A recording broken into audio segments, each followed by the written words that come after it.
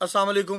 अच्छा जी, सूई गैस ਹੁਣ ਸਾਰੇ ਘਰਾਂ ਨੂੰ ਮਿਲੇਗਾ, ਚਾਹੇ ਕਿਸੇ ਨੇ ਵੋਟ ਦਿੱਤਾ ਵਾ ਤੇ ਚਾਹੇ ਕਿਸੇ ਨੇ ਵੋਟ ਨਹੀਂ ਦਿੱਤਾ।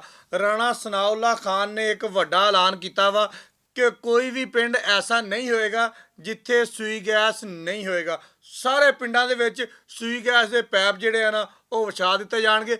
ਇੱਕ ਕੰਮ ਰਾਣਾ ਸਨਾਉल्ला ਸਾਹਿਬ ਨੇ ਕਿਹਾ ਵਾ ਕਿ ਤੁਸੀਂ ਆਪ ਕਰਨਾ ਵਾ, ਭਲਾ ਕੀ ਜਾ ਕੇ ਦਰਖਾਸਤ ਦੇਣੀ ਆ, ਡਿਮਾਂਡ ਨੋਟਿਸ ਜਮ੍ਹਾਂ ਕਰਵਾਉਣਾ ਵਾ ਤੇ ਆਪਣਾ ਸੂਈ ਗੈਸ ਦਾ ਮੀਟਰ ਲਵਾਉਣਾ ਵਾ ਤੇ ਚੁੱਪ ਕਰਕੇ ਧੂਏ ਤੋਂ ਲੱਕੜਾਂ ਤੋਂ ਹਰ ਸ਼ੈ ਤੋਂ ਜਾਨ ਛਡਾਣੀ ਆ। ਜਿੰਨੀ ਠੰਡ ਪੈ ਰਹੀ ਆ ਹੀਟਰ ਚਲਾਓ ਤੇ ਨਾਲ ਗੀਜ਼ਰ ਚਲਾਓ, ਸਕੂਨ ਦੇ ਨਾਲ ਨਹਾਓ ਤੇ ਫੁੱਲ ਨਹਾਉਂਦੇ ਧੋਂਦੇ ਫਿਰੋ। ਇਹ ਗੱਲ ਰਾਣਾ ਸਨਾਉल्ला ਖਾਨ ਨੇ ਆਪਣੇ ਹਲਕਾ ਇੰਤਖਾਬ ਐਨੇ ਪੂਰਾ 100 ਦੇ ਵਿੱਚ ਖਲੋ ਕੇ ਕੀਤੀ ਕਿ ਭਾਈ ਇਹ ਗੈਸ ਮਹਿੰਗੀ ਜ਼ਰੂਰ ਆ ਲੇਕਿਨ ਇੰਨੀ ਵੀ ਮਹਿੰਗੀ ਨਹੀਂ ਕਿ ਤੁਸੀਂ ਸਿਲੰਡਰ ਫੂਕਦੇ ਫਿਰੋ, ਤੁਸੀਂ ਲੱਕੜਾਂ ਫੂਕਦੇ ਫਿਰੋ। ਇਹਦਾ ਮੀਟਰ ਲਵਾਓ ਤੇ ਥੋੜੀ ਬਹੁਤ ਮਹਿੰਗੀ ਜ਼ਰੂਰ ਆ ਲੇਕਿਨ 24 ਘੰਟੇ ਤੁਹਾਨੂੰ ਗੈਸ ਵੀ ਲੱਭੇਗੀ।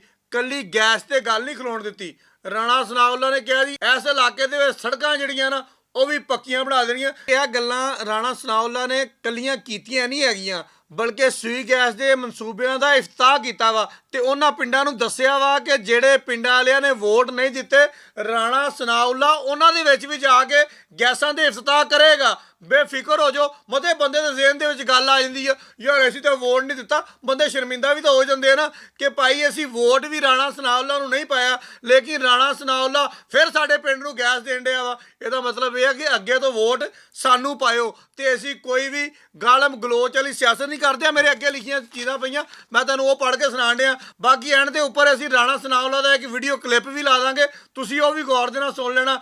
ਬਾਕੀ ਸੂਈ ਗੈਸ ਹੁਣ ਪੂਰੇ ਪੰਜਾਬ ਦੇ ਵਿੱਚ ਹਰ ਘਰ ਦੇ ਵਿੱਚ ਆएगा। ਜਿਹੜੀ ਗੱਲ ਰਾਣਾ ਸਨਾਉल्ला ने कही ਆ ਉਹ ਕਰ ਜ਼ਰੂਰ ਲੈਣਾ। बहुत शुक्रिया। वोट अगर किसी ने नहीं दिया तो इसका ये मकसद नहीं है कि उसके खिलाफ कोई इंतकामी कार्रवाई की जाए। सुई गैस जो है वो अब मुल्क में खत्म हो रही है। ये सुई गैस से थोड़ा महंगी है, इसका बिल जो है वो सुई गैस से थोड़ा ज्यादा होगा लेकिन जो आप सिलेंडर इस्तेमाल करते हैं उससे ये 30% सस्ती है।